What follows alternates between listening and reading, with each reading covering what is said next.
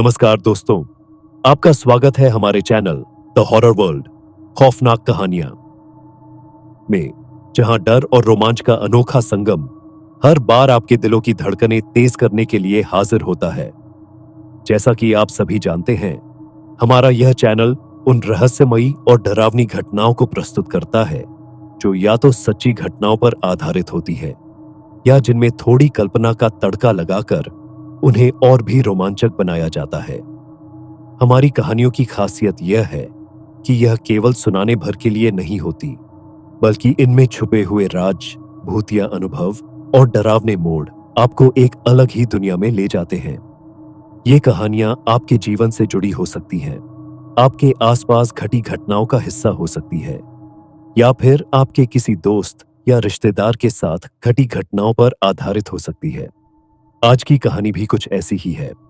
यह कहानी हमारे एक बहुत करीबी दोस्त के साथ घटी है। जी हां, इस घटना का साक्षी मैं खुद रहा हूं। जब यह सब हुआ, तब मैं और मेरे दोस्त उस भयानक अनुभव से गुजरे थे। हमने इस कहानी को अपने तरीके से संजोया है और इसमें कुछ नए पहलू जोड़कर इसे आपके सामने पेश करने की कोशिश की है। हमें उम्मीद है कि यह कहानी आपको पसंद आएगी और आपका मनोरंजन करेगी। लेकिन दोस्तों, कहानी शुरू करने से पहले आपसे एक छोटी सी गुजारिश है। अगर आप पहली बार हमारे चैनल पर आए हैं या आपने अभी तक हमारे चैनल द हॉरर वर्ल्ड खौफनाक कहानियां को सब्सक्राइब नहीं किया है, तो कृपया अभी सब्सक्राइब कर लें। हमारा चैनल सब्सक्राइब करने से न केवल आपको हमारी नई कहानियों की नोटिफिकेशन तुरंत मिलेगी, बल्कि यह हमें मोटिवेट भी करेगा कि हम आपके लिए और भी बेहतरीन और डरावनी कहानियां लेकर आएं। और हां, सिर्फ सब्सक्राइब करना काफी नहीं है, बेल आइकन दबाना न भूलें। यह बेल आइकन आपके और हमारे बीच का वह पुल है जिससे हमारी नई कहानियों की झलक सबसे पहले आपके पास पहुंचेगी। हम आपके फीडबैक का भी बेसब्री से इंतजार करते हैं। अगर आपको हमारी कहानियां पसंद आती हैं, तो हमें कमेंट करके जरूर बताएं। आपकी सराहना हमें और बेहतर कंटेंट बनाने के लिए प्रेरित करती है। और अगर आपको लगता है कि कहीं कोई कमी रह गई है, तो हमें वह भी बताएं। हम आपकी राय का हमेशा स्वागत करते हैं और आपकी सलाह पर ध्यान देकर अपनी कहानियों को और बेहतर बनाने की कोशिश करते हैं। तो दोस्तों, चलिए अब बिना देर किए आपको लेकर चलते हैं एक ऐसी दुनिया में जहां रहस्य और डर का मेल होगा, जहां हर मोड़ पर कुछ ऐसा होगा जो आपको चौंका देगा और जहां आपकी कल्पना की सीमाएं टूट जाएंगी। कहानी शुरू होती है उत्तर भारत की ठंडी हवाओं के बीच आगरा मथुरा हाईवे पर स्थित एक प्रतिष्ठित इंजीनियरिंग कॉलेज में नए सत्र का आरंभ हो चुका था। कॉलेज के विशाल कैंपस के बीचों बीच स्थित था वह भव्य हॉस्टल, जिसकी 4 मंजिलें दूर से ही किसी महल का आभास देती थीं। लेकिन इसी खूबसूरती के पीछे छुपा था एक ऐसा डरावना सच जिसकी चर्चा सिर्फ फुसफुसाहटों में होती थी, खासकर चौथी मंजिल और उसके बदनाम कमरे नंबर 413 को लेकर। हॉस्टल का रहन सहन और फ्लोर वाइज व्यवस्था। हॉस्टल में फ्लोर वाइज सिस्टम लागू था। ग्राउंड फ्लोर फैकल्टी और फाइनल ईयर के छात्रों के लिए, पहली मंजिल तीसरे वर्ष के छात्रों को, दूसरी मंजिल दूसरे वर्ष के छात्रों को, तीसरी मंजिल प्रथम वर्ष के छात्रों को, चौथी मंजिल सिर्फ तभी जब नीचे कोई कमरा खाली न हो। चौथी मंजिल को लेकर एक अलिखित नियम था कि यहां कोई नहीं रहता। 10 साल पहले यहां कमरा नंबर 413 में एक भयानक घटना घटी थी। एक होनहार छात्र अंकित शर्मा की बेरहमी से हत्या कर दी गई थी। इस घटना के बाद कई बार यह दावा किया गया कि उस कमरे से आधी रात को चीखें सुनाई देती थीं। कई छात्रों ने दावा किया था कि उन्होंने वहां किसी परछाई को घूमते देखा है। समय के साथ चौथी मंजिल वीरान हो गई। सिर्फ उन्हीं छात्रों को यहां रखा जाता था जिन्हें नीचे कोई जगह नहीं मिलती। नई शुरुआत और नए दोस्त, नए सत्र के साथ कॉलेज में छात्रों की संख्या बढ़ी। स्थानीय छात्रों ने भी हॉस्टल को प्राथमिकता दी ताकि समय बचाया जा सके। इसी बैच में थे 7 करीबी दोस्त, रेयांशु सक्सेना, दीप चौहान, मनीष सेठी, आदित्य वर्मा, विकास लवानिया, विनोद सिंह और विक्रम यादव। इन सभी ने एक साथ एडमिशन लिया था, लेकिन हॉस्टल में देर से अप्लाई करने के कारण उन्हें चौथी मंजिल पर रहना पड़ा। रूम नंबर 401 रेयांशु और दीप को मिला। रूम नंबर 402 आदित्य और विकास को। रूम नंबर 403 विनोद और विक्रम को। रूम नंबर 406 मनीष ने जिद करके अकेले रहने के लिए लिया। जब वार्डन ने मनीष को समझाया कि वह किसी के साथ शेयर कर ले, तो उसने यह कहकर मना कर दिया कि उसे अकेले रहने की आदत है। वह किसी से अपनी चीजें साझा नहीं करना चाहता था। जब उन्होंने कमरे की चाबी दी, तो वार्डन ने कड़े शब्दों में चेतावनी दी, हम चौथी मंजिल पर आमतौर पर कमरे अलॉट नहीं करते। यह एक अस्थायी व्यवस्था है। 2 महीने के भीतर तुम्हें नीचे शिफ्ट कर देंगे, लेकिन ध्यान रहे, रात के 12 बजे से सुबह 3:30 तक कोई भी बाहर मत घूमना। चौथी मंजिल पर रहना आसान नहीं है। सभी कमरों में अटैच्ड बाथरूम है, इसलिए तुम्हें बाहर जाने की जरूरत नहीं पड़ेगी। वार्डन की इस बात ने सभी को थोड़ा असहज कर दिया, लेकिन दोस्तों ने इसे गंभीरता से नहीं लिया। चौथी मंजिल पर उनके कदम रखते ही सन्नाटा छा गया। बाकी फ्लोर्स पर छात्रों की हलचल थी, लेकिन यहां सिर्फ ठंडी हवा की आवाज थी। मनीष ने अपने कमरे की तरफ जाते हुए दोस्तों से मजाक में कहा, यार, ये मंजिल तो सच में भूतिया लगती है। लगता है हम हॉरर मूवी के सेट पर हैं। लेकिन मनीष ने एक अलग ही अनुभव किया। जैसे ही वह सोने की कोशिश कर रहा था, उसे लगा कि उसके कमरे की खिड़की से कोई झांक रहा है। खिड़की के बाहर झांकते हुए उसने देखा कि अंधेरे में एक काली परछाई खड़ी थी। वह डर के मारे पीछे हट गया। इसी बीच विकास और आदित्य को लगा कि बाहर कोई चल रहा है।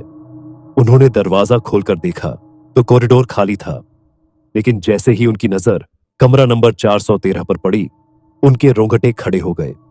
कमरे का दरवाजा थोड़ा सा खुला हुआ था। यह असंभव था, क्योंकि वार्डन ने बताया था कि यह कमरा हमेशा बंद रहता है। उन्होंने वापस दरवाजा बंद किया और एक दूसरे को घूरते हुए कहा, यहां कुछ तो गड़बड़ है, हमें सुबह तक इंतजार करना चाहिए। उस रात सभी को कुछ अजीब सपने आए। आदित्य ने सपना देखा कि कोई उसके कमरे में घुसकर उसकी गर्दन दबा रहा है। मनीष ने सपना देखा कि कोई उसे बुला रहा है। आवाज बिल्कुल उसी खिड़की के पास से आ रही थी जहां उसने परछाई देखी थी। विकास को लगा कि कोई उसके बिस्तर के नीचे छुपा हुआ है। सुबह का इंतजार सभी के लिए बेहद मुश्किल हो गया, लेकिन एक बात तय थी, यह चौथी मंजिल और खासकर कमरा नंबर 413 कुछ छुपा रहा था।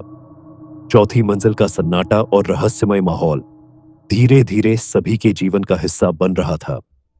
हर रात किसी न किसी अजीब घटना का सामना करना पड़ रहा था, लेकिन हर व्यक्ति का अनुभव और प्रतिक्रिया अलग अलग थी। रेयांशु सक्सेना शिवजी का भक्त था।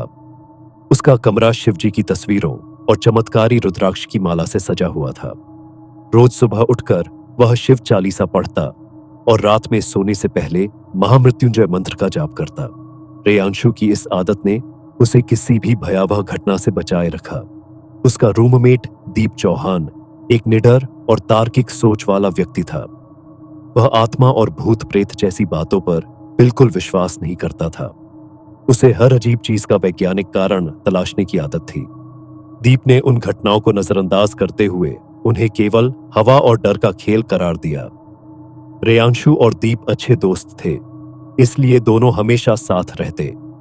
चौथी मंजिल पर हो रही घटनाओं का उन पर कोई असर नहीं पड़ा। विकास, मनीष और आदित्य, जो हमेशा मजाक करते रहते थे, ने पहली रात की घटनाओं को गंभीरता से नहीं लिया। यार, ये सब हमारे सीनियर्स का प्लान होगा, हमें बेवकूफ बना रहे होंगे, आदित्य ने हंसते हुए कहा। सच में वो रूम नंबर 413 वाला दरवाजा शायद किसी ने जानबूझकर खोल दिया हो और हम बेवजह डर गए, विकास ने सहमति जताई। लेकिन उनके मजाक का असर रात में देखने को मिला। रात के करीब 1:30 पर विकास ने महसूस किया कि कोई उसके पैरों को पकड़ रहा है। पहले तो उसने सोचा कि यह सपना होगा, लेकिन जब उसकी नींद खुली तो उसने देखा कि उसके बिस्तर के किनारे कोई बैठा हुआ है। धुंधली रोशनी में उसे एक साया दिखा। वह घबराकर चिल्लाया, लेकिन जब तक आदित्य जागता वह साया गायब हो चुका था। क्या हुआ? आदित्य ने पूछा। कुछ नहीं, शायद सपना देखा, विकास ने घबराहट में कहा। मनीष ने अकेले रहने का फैसला किया था। लेकिन चौथी मंजिल की घटनाओं का सबसे ज्यादा असर उसी पर हुआ। उस रात मनीष को लगा कि कोई उसकी खिड़की खटखटा रहा है। जब उसने खिड़की के बाहर झांक कर देखा तो वहां कोई नहीं था। जैसे ही वह पलटा, उसे अपने कमरे में किसी के चलने की आहट सुनाई दी। उसने घबराकर लाइट जलाई, लेकिन वहां कुछ नहीं था।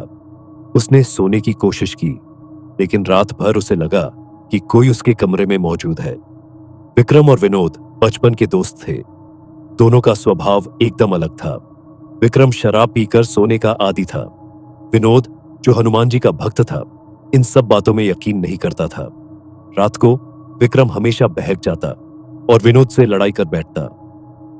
तू हमेशा अपनी पूजा पाठ में लगा रहता है, मेरी कोई बात क्यों नहीं समझता?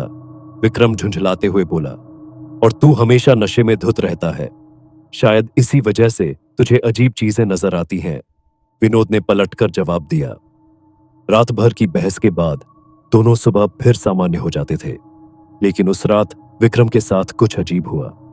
विक्रम देर रात शराब पीकर सो रहा था जब उसने महसूस किया कि कोई उसके कान में फुसफुसा रहा है। उसने आंखें खोलीं तो कमरे में अंधेरे के सिवा कुछ नहीं था। अचानक उसे लगा कि कोई उसकी छाती पर बैठ गया है। वह हिलने डुलने की कोशिश करता रहा, लेकिन जैसे उसके शरीर ने काम करना बंद कर दिया हो। जब वह सुबह उठा तो उसने यह बात किसी से नहीं कही। उसे लगा कि यह सिर्फ उसका नशे का असर था। हर रात 12 बजे के बाद चौथी मंजिल के कॉरिडोर से अजीब सी चीखें सुनाई देती। यह सिर्फ हवा है, दीप ने एक रात कहा। हवा नहीं भाई, ये जरूर किसी आत्मा की आवाज है, विकास ने मजाक में कहा। लेकिन रूम नंबर 413 के पास से गुजरते हुए सभी के कदम ठिठक जाते। मनीष ने एक बार मजाक में कहा, चलो एक रात रूम नंबर 413 में सोने का चैलेंज लेते हैं। तू ही जा, हम तो यहीं ठीक हैं, आदित्य ने हंसते हुए कहा। विनोद रोज सुबह उठकर हनुमान चालीसा पढ़ता और अपने बिस्तर के पास एक छोटा हनुमान जी का मंदिर रखता। उसे हमेशा लगता कि उसकी भक्ति ही उसे इन सब घटनाओं से बचा रही थी। विक्रम ने एक दिन उससे कहा, यार तू मुझे भी ये सब सिखा दे, शायद मुझे भी फायदा हो। विनोद ने हंसते हुए जवाब दिया, पहले शराब छोड़, फिर हनुमान जी की भक्ति कर, तब तुझे फर्क नजर आएगा। चौथी मंजिल पर हो रही अजीब घटनाओं के बावजूद छात्रों ने अपने दिनचर्या को सामान्य बनाए रखने की पूरी कोशिश की, लेकिन जिस सन्नाटे और रहस्य ने उनकी रातों को घेर रखा था, उसने धीरे धीरे उनकी सोच और व्यवहार पर गहरा असर डालना शुरू कर दिया। एक सुबह वार्डन ने सभी को चौथी मंजिल के कॉमन एरिया में बुलाया। मुझे खेद है, लेकिन नीचे के कमरे अभी भी खाली नहीं हैं। तुम्हें 1 और महीने तक चौथी मंजिल पर रहना होगा। कोशिश करो कि सब सामान्य रहे और पढ़ाई पर ध्यान दो। पहली सेमेस्टर की परीक्षाएं पास है। मुझे उम्मीद है कि तुम सब अच्छे अंक लाओगे। ये खबर सुनकर सबके चेहरे उतर गए। 1 और महीना? क्या मजाक है, विकास ने गुस्से में कहा। कहीं ये हमें जानबूझकर यहां फंसा तो नहीं रहे? आदित्य ने फुसफुसाते हुए पूछा। रेयांशु और दीप ने इसे सकारात्मक तरीके से लिया। चलो पढ़ाई पर ध्यान देते हैं, ये सब फालतू चीजें सोचने का कोई फायदा नहीं है, दीप ने कहा। हाँ, भगवान सब ठीक करेंगे, रेयांशु ने सहमति जताई। पहली सेमेस्टर की परीक्षाओं की तारीख घोषित हो गई। सभी छात्र रात भर जागकर पढ़ाई करने लगे। रेयांशु और दीप अपने कमरे में एक रूटीन के अनुसार पढ़ते। विनोद भी सुबह जल्दी उठकर पढ़ाई करता, लेकिन आदित्य, विकास और विक्रम के लिए यह मुश्किल हो गया। चौथी मंजिल पर हो रही घटनाओं ने उनकी एकाग्रता छीन ली थी। मनीष, जो अकेले रहता था, धीरे धीरे अलग थलग हो गया। वह कमरे से बाहर कम ही निकलता और पढ़ाई में भी रुचि नहीं ले रहा था। उसके व्यवहार में बदलाव स्पष्ट था। एक रात आदित्य ने मजाक में कहा, मनीष तू तो टॉप करेगा, अकेले रहने का फायदा उठा रहा है। मनीष ने कोई जवाब नहीं दिया, बल्कि उसे गुस्से से घूरता रहा। परीक्षा से 2 दिन पहले की रात मनीष के कमरे से जोरदार आवाजें आने लगी। आदित्य और विकास ने दरवाजा खटखटाया, लेकिन अंदर से कोई जवाब नहीं आया। जब उन्होंने दरवाजा खोला तो उन्होंने देखा कि मनीष कमरे के बीच में खड़ा था। उसकी आंखें लाल थीं और वह बड़बड़ा रहा था, तुम सब मुझे परेशान कर रहे हो, मैं सबको खत्म कर दूंगा। अचानक मनीष ने आदित्य और विकास पर हमला कर दिया। उसने आदित्य को दीवार की तरफ धक्का दिया और विकास का गला पकड़ लिया। दोनों किसी तरह खुद को बचाकर भागे और रेयांशु और दीप को बुलाया। रेयांशु ने शिवजी का नाम लेकर मनीष को शांत करने की कोशिश की। उसने अपने गले में पहनी रुद्राक्ष की माला मनीष के पास ले जाकर रख दी। मनीष अचानक चीखते हुए बेहोश हो गया। अगले दिन सभी परीक्षा देने के लिए तैयार थे, लेकिन मनीष ने परीक्षा छोड़ने का फैसला किया। वह पूरे दिन कमरे में बंद रहा। रेयांशु, दीप और विनोद ने अपनी पढ़ाई पर ध्यान केंद्रित रखा। आदित्य, विकास और विक्रम ने किसी तरह खुद को संभाला और परीक्षा में शामिल हुए। परीक्षा के दौरान दीप ने शांत दिमाग से सवालों के जवाब दिए। रेयांशु ने शांत मन से लिखना शुरू किया। विनोद ने भी हनुमान जी का ध्यान करते हुए लिखना शुरू किया। दूसरी ओर आदित्य, विकास और विक्रम लगातार विचलित महसूस कर रहे थे। उन्हें ऐसा लग रहा था जैसे कोई उनकी निगरानी कर रहा हो। परीक्षाएं खत्म हुईं और सभी छात्र अपने रिजल्ट का इंतजार करने लगे। कुछ दिनों बाद रिजल्ट घोषित हुआ तो परिणाम चौथी मंजिल की घटनाओं का स्पष्ट असर दिखा रहे थे। दीप पूरे बैच में टॉप किया। उसकी मेहनत और तार्किक सोच ने उसे आगे बढ़ाया। रेयांशु 10 अंकों के अंतर से दूसरे स्थान पर रहा। विनोद अपने शांत स्वभाव और पूजा पाठ के चलते उसने भी अच्छे अंक हासिल किए। विक्रम, आदित्य और विकास किसी तरह पास हो गए। ये तीनों पढ़ाई में अच्छे थे, लेकिन चौथी मंजिल पर हो रही घटनाओं ने उनके प्रदर्शन को प्रभावित किया। जब विक्रम ने अपना रिजल्ट देखा तो उसने मजाक में कहा, भाई, इस मंजिल पर और रहना पड़ा तो अगली बार फेल हो जाऊंगा। आदित्य और विकास ने सहमति में सिर हिलाया। मनीष ने परीक्षा छोड़ने के बाद किसी से बात नहीं की। उसकी आंखों में अजीब सा खालीपन था। रेयांशु ने एक दिन उससे पूछा, मनीष, क्या हुआ है? तुम ऐसे क्यों हो रहे हो? मनीष ने बस इतना कहा, मैं यहां और नहीं रह सकता। मुझे ऐसा लगता है जैसे कोई मुझे अपने बस में कर रहा है। यह जगह मुझे मार डालेगी। रेयांशु और दीप ने वार्डन से बात की, लेकिन वार्डन ने उन्हें यह कहकर चुप कर दिया कि वे जल्द ही नीचे के कमरों में शिफ्ट हो जाएंगे। चौथी मंजिल पर हो रही घटनाएं अब नियंत्रण से बाहर हो गई थी। मनीष का व्यवहार और चौथी मंजिल पर उसकी बढ़ती खिंचाव ने सभी छात्रों को और भी परेशान कर दिया। आखिरकार सबने मिलकर वार्डन से बात करने और उन्हें पूरी सच्चाई बताने का फैसला किया। अगली सुबह रेयांशु, दीप, विनोद, आदित्य, विकास और विक्रम ने वार्डन के ऑफिस में जाकर सारी बातें बता दी। रेयांशु ने कहा, सर, चौथी मंजिल पर जो हो रहा है वह सामान्य नहीं है। मनीष की हालत खराब होती जा रही है और 413 नंबर का कमरा, वहां कुछ बहुत गलत है। आदित्य ने सहमति जताते हुए कहा, हमने उसे अपनी आंखों से देखा है सर। ऐसा लगता है जैसे उसके अंदर कोई और है। हमें यहां से हटाया जाना चाहिए। वार्डन, जो हमेशा कड़क और निडर दिखते थे, यह सब सुनकर घबरा गए। उनके माथे पर पसीना आ गया और उनकी आवाज कांपने लगी। तुम सबने जो कहा वह बहुत गंभीर है। मैं तुरंत डायरेक्टर सर से बात करता हूं। यह मसला अब मेरे बस का नहीं है। कुछ ही घंटों में कॉलेज के डायरेक्टर भी वार्डन के ऑफिस पहुंच गए। उन्होंने सब छात्रों की बातें ध्यान से सुनी और तुरंत फैसला लिया। यह मंजिल शापित लगती है। कोई भी छात्र वहां सुरक्षित नहीं है। इन सभी को तुरंत नीचे के कमरों में शिफ्ट किया जाए। जो कमरे अभी फैकल्टी के पास है उन्हें खाली करवाओ और फैकल्टी को पास के होटल में ठहराओ। होटल का सारा खर्चा कॉलेज उठाएगा। चौथी मंजिल को तब तक बंद रखा जाएगा जब तक इसकी पूरी जांच नहीं हो जाती। यह सुनकर सभी छात्रों ने राहत की सांस ली। शाम तक सब छात्रों को नीचे के कमरों में शिफ्ट कर दिया गया। रेयांशु, दीप और विनोद को एक साथ एक बड़ा कमरा मिला। आदित्य, विकास और विक्रम को एक अन्य कमरा दिया गया। मनीष को भी एक कमरा नीचे ही दिया गया, लेकिन वह पूरी तरह से चुपचाप था। आखिरकार अब हम इन डरावनी रातों से बच जाएंगे, विकास ने राहत की सांस लेते हुए कहा। लेकिन मनीष का क्या होगा? विनोद ने चिंतित होकर पूछा। रेयांशु ने कहा, शिवजी सब ठीक करेंगे। हमें बस उसे संभालने की जरूरत है। हालांकि मनीष पर इस फैसले का कोई असर नहीं पड़ा।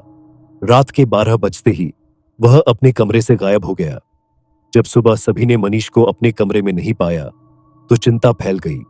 रेयांशु, दीप और विनोद ने तुरंत वार्डन को बताया। सभी ने मिलकर पूरे कैंपस में मनीष को ढूंढा। आखिरकार वे चौथी मंजिल पर पहुंचे और देखा कि मनीष 413 नंबर के कमरे के अंदर है। कमरे का दरवाजा अंदर से बंद था और मनीष जोर जोर से बड़बड़ा रहा था, मुझे यहीं रहना है, ये मेरा घर है, कोई मुझे यहां से नहीं हटा सकता। दरवाजे के बाहर खड़े होकर सबने मनीष को आवाज लगाई, लेकिन उसने कोई जवाब नहीं दिया। दीप ने गुस्से में कहा, मनीष, दरवाजा खोलो, यह मजाक अब बंद करो। लेकिन अंदर से एक अजीब सी हंसी सुनाई दी, जो मनीष की आवाज नहीं लग रही थी। तुम सब मुझे यहां से नहीं हटा सकते, यह जगह मेरी है, मैं मनीष नहीं हूं। यह सुनकर विकास और विक्रम डर से कांपने लगे। भाई, यह सच में कुछ और है, मैं यहां नहीं रुक सकता, विकास ने कहा। विक्रम ने सहमति जताई और बुरी तरह कांपने लगा। रेयांशु ने शिवजी का नाम लिया और जोर से कहा, मनीष, जो भी तुम्हारे अंदर है उसे जाने दो। भगवान शिव की कृपा से कोई भी आत्मा यहां ज्यादा देर नहीं टिक सकती। विनोद ने हनुमान चालीसा का पाठ शुरू कर दिया। दीप, जो अब तक सबको समझाने की कोशिश कर रहा था, खुद चुप हो गया और पसीने से तरबतर हो गया। अचानक कमरे के अंदर से जोरदार चीख सुनाई दी। मनीष दरवाजे के पास आकर चिल्लाया, तुम सबको मरना होगा, यह जगह मेरी है। दरवाजा हिलने लगा और अंदर की आवाजें डरावनी होती गईं। रेयांशु और विनोद ने हिम्मत करके दरवाजा खोलने की कोशिश की, लेकिन वह बंद था। आखिरकार वार्डन ने गार्ड्स को बुलाया। सबने मिलकर दरवाजा तोड़ा। जब वे अंदर पहुंचे तो जो देखा उसने सबके होश उड़ा दिए। कमरा पूरी तरह बिखरा हुआ था। दीवारों पर अजीब अजीब निशान थे। मनीष कमरे के कोने में बैठा था। उसकी आंखें लाल और चेहरा विकृत था। उसने सबकी तरफ देखा और जोर से हंसने लगा। चौथी मंजिल की डरावनी घटनाएं अब इतनी बढ़ चुकी थी कि सभी को मनीष की जान की चिंता होने लगी। रेयांशु और दीप ने स्थिति को संभालते हुए सुझाव दिया कि मनीष के परिवार को तुरंत बुलाना चाहिए। वार्डन ने सहमति दी और मनीष के माता पिता को फोन कर सारी घटनाओं की जानकारी दी। अगले ही दिन मनीष के माता पिता और उसकी छोटी बहन हॉस्टल पहुंचे। वार्डन ने उन्हें सब कुछ विस्तार से बताया। चौथी मंजिल की स्थिति, मनीष के अजीब व्यवहार और कमरे नंबर 413 से जुड़ी घटनाएं। आपने हमारे बेटे को ऐसी मंजिल पर क्यों रखा? क्या आपको पता नहीं था कि यह जगह भूतिया है? वार्डन ने सफाई देते हुए कहा, मैडम, हमें यह मंजिल केवल अस्थायी तौर पर खोलनी पड़ी क्योंकि नीचे के कमरे भरे हुए थे। मनीष खुद अकेले रहना चाहता था, इसलिए हमने उसकी बात मान ली। दीप ने भी स्थिति संभालते हुए कहा, आंटी, मनीष ने खुद कहा था कि वह किसी के साथ रहना नहीं चाहता। उसने अपने कमरे का चुनाव खुद किया था। यह उसकी आदत है कि वह अपनी चीजें या स्पेस किसी के साथ शेयर नहीं करता। मनीष के पिता, जो एक समझदार और शांत स्वभाव के व्यक्ति थे, ने गुस्से को काबू में रखते हुए कहा, यह सब हमारी गलती भी है। हम हमेशा मनीष की जिद मानते आए हैं। उसकी यह आदत कि वह किसी से कुछ साझा नहीं करता, आज उसे इतना भारी पड़ रही है, लेकिन अब इसे ठीक करना जरूरी है। मैं किसी ऐसे व्यक्ति को जानता हूं जो इन चीजों में माहिर है। मनीष के पिता ने अपने जानने वालों से संपर्क किया, लेकिन कोई तांत्रिक या योग्य व्यक्ति उपलब्ध नहीं था। परेशान होकर उन्होंने वार्डन और छात्रों से पूछा, क्या आप किसी ऐसे व्यक्ति को जानते हैं जो हमारी मदद कर सके? रेयांशु ने तुरंत कहा, मेरे दादाजी एक सिद्ध पुरुष हैं। वे इन चीजों को समझते हैं और कई बार ऐसे मामलों को सुलझा चुके हैं। अगर आप कहें तो मैं उनसे बात कर सकता हूं। मनीष के पिता ने राहत की सांस लेते हुए कहा, हां बेटा, प्लीज उनसे बात करो और उन्हें यहां बुलाओ, हमें उनकी मदद चाहिए। रेयांशु ने उसी वक्त अपने दादाजी को फोन किया और पूरी स्थिति बताई। दादाजी, जो हमेशा दूसरों की मदद के लिए तैयार रहते थे, सारी बातें सुनकर गंभीर हो गए। उन्होंने कहा, बेटा, यह मामला बहुत गंभीर लगता है। किसी नकारात्मक शक्ति का प्रभाव है। मैं कल सुबह हॉस्टल पहुंचूंगा। तब तक सबका ध्यान रखना और मनीष को अकेला मत छोड़ना। अगली सुबह रेयांशु के दादाजी हॉस्टल पहुंचे। उनकी उपस्थिति से ही माहौल में एक अलग सी शांति महसूस होने लगी। वे करीब 70 साल के थे, सफेद धोती कुर्ता पहने, चेहरे पर तेज और आंखों में अद्भुत आत्मविश्वास लिए हुए। दादाजी ने मनीष के माता पिता, वार्डन और छात्रों से मुलाकात की। उन्होंने कहा, मैं पहले कमरे नंबर 413 देखना चाहूंगा, लेकिन ध्यान रहे मनीष को फिलहाल वहां ले जाने की जरूरत नहीं है, वह पहले से ही कमजोर हो चुका है। रेयांशु, दीप, विनोद और वार्डन दादाजी के साथ कमरे नंबर 413 पर गए। जैसे ही दादाजी कमरे के पास पहुंचे, उन्होंने दरवाजे पर हाथ रखा और आंखें बंद कर लीं। कुछ क्षणों बाद उन्होंने गंभीर आवाज में कहा, यह कमरा नकारात्मक ऊर्जा से भरा हुआ है। यहां किसी की आत्मा फंसी हुई है जो इसे अपना घर मानती है। जब तक इसे मुक्त नहीं किया जाएगा, यह सब चलता रहेगा। दीप, जो अब तक इन चीजों पर विश्वास नहीं करता था, ने हिम्मत करके पूछा, दादाजी, क्या आप इसे ठीक कर सकते हैं? दादाजी ने कहा, यह आसान नहीं है। आत्मा बहुत जिद्दी है। मुझे तैयारी करनी होगी। शाम तक सबको एकत्रित करना और तब तक मनीष का ध्यान रखना। वह कमजोर है और आत्मा उसे पूरी तरह से कब्जे में लेने की कोशिश कर रही है।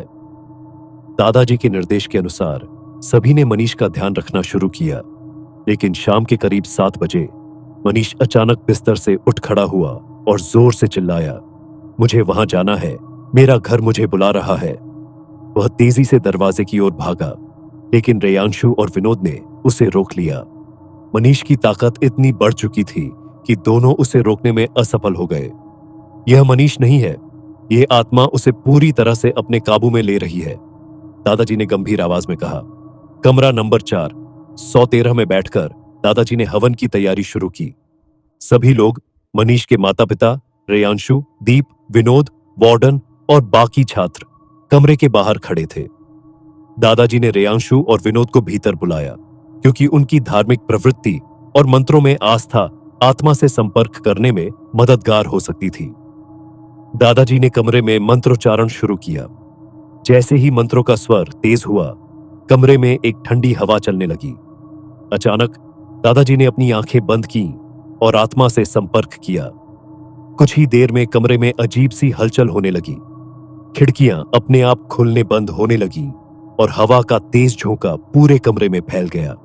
कौन हो तुम और क्यों इस कमरे में अटकी हुई हो? दादाजी की आवाज पूरे कमरे में गूंज उठी। कुछ पल के सन्नाटे के बाद एक फीकी और कंपकंपाती आवाज आई, मेरा नाम अंकित शर्मा है। मैं यहां मर गया था और मेरी मौत के जिम्मेदार आज भी खुली हवा में सांस ले रहे हैं। मुझे इंसाफ चाहिए। दादाजी ने अंकित से उसकी मौत के बारे में पूछा। अंकित ने दर्द भरी आवाज में अपनी कहानी बताई। 10 साल पहले मैं इसी कॉलेज में फर्स्ट ईयर का छात्र था। मैं पढ़ाई में अच्छा था, लेकिन कुछ सीनियर लड़कों ने मुझे रैगिंग के नाम पर प्रताड़ित करना शुरू कर दिया। एक रात उन्होंने मुझे जबरन कमरे नंबर 413 में बुलाया और मेरा मजाक उड़ाया। जब मैंने विरोध किया तो उन्होंने मुझे पीट पीट कर मार डाला।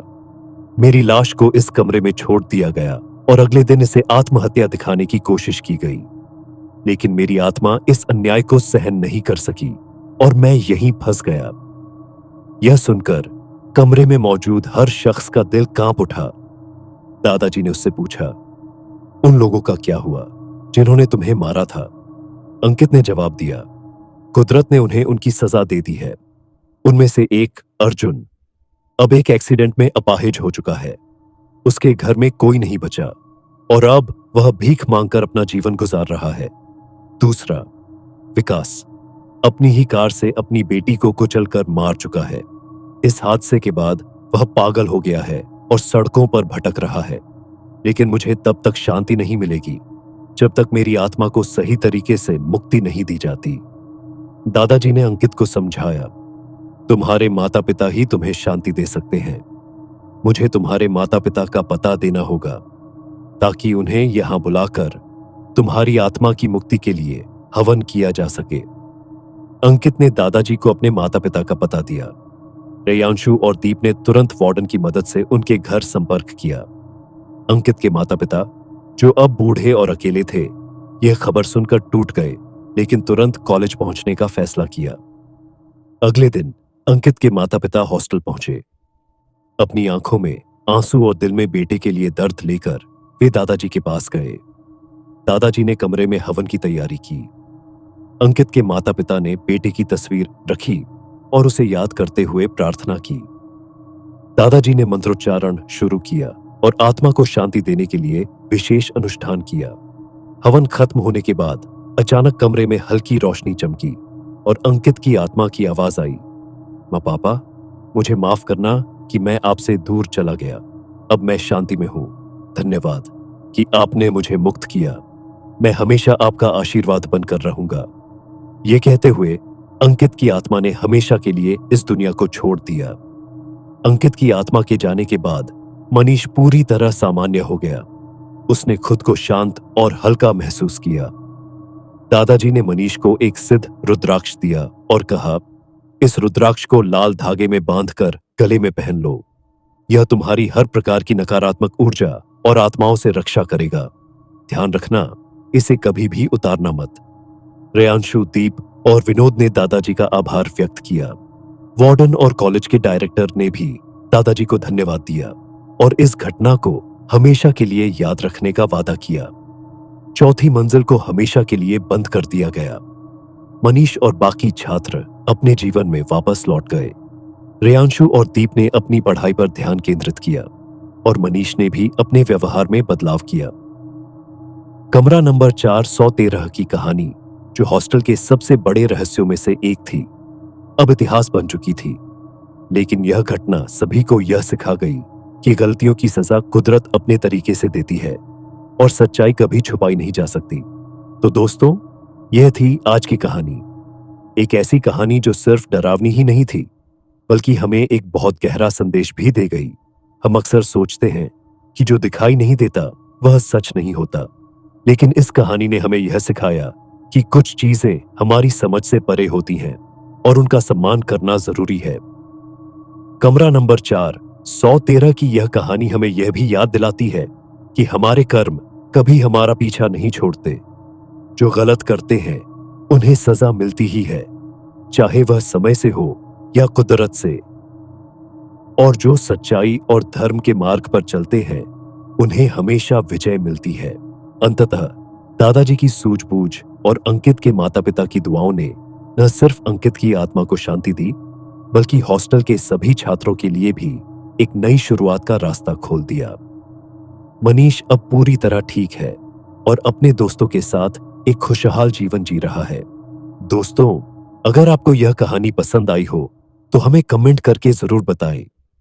आपके विचार हमें और बेहतर कंटेंट बनाने के लिए प्रेरित करते हैं। और हां, अगर आपने अभी तक हमारे चैनल द हॉरर वर्ल्ड खौफनाक कहानियां को सब्सक्राइब नहीं किया है तो कृपया सब्सक्राइब कर लें। इससे हमें आपकी पसंद और समर्थन का पता चलता है। बेल आइकन जरूर दबाएं ताकि हमारी अगली कहानी की खौफनाक दस्तक सबसे पहले आप तक पहुंचे। अगली बार हम फिर एक और रोमांचक और डरावनी कहानी लेकर हाजिर होंगे। तब तक के लिए अपना ख्याल रखें, सतर्क रहे और रहस्य के इस सफर का हिस्सा बने रहे। धन्यवाद दोस्तों, आपका दिन शुभ हो। और हां, याद रखें, रहस्य और डर हमेशा हमारे आसपास होते हैं। बस देखना यह है कि आप उन्हें कैसे महसूस करते हैं। मिलते हैं अगली कहानी में।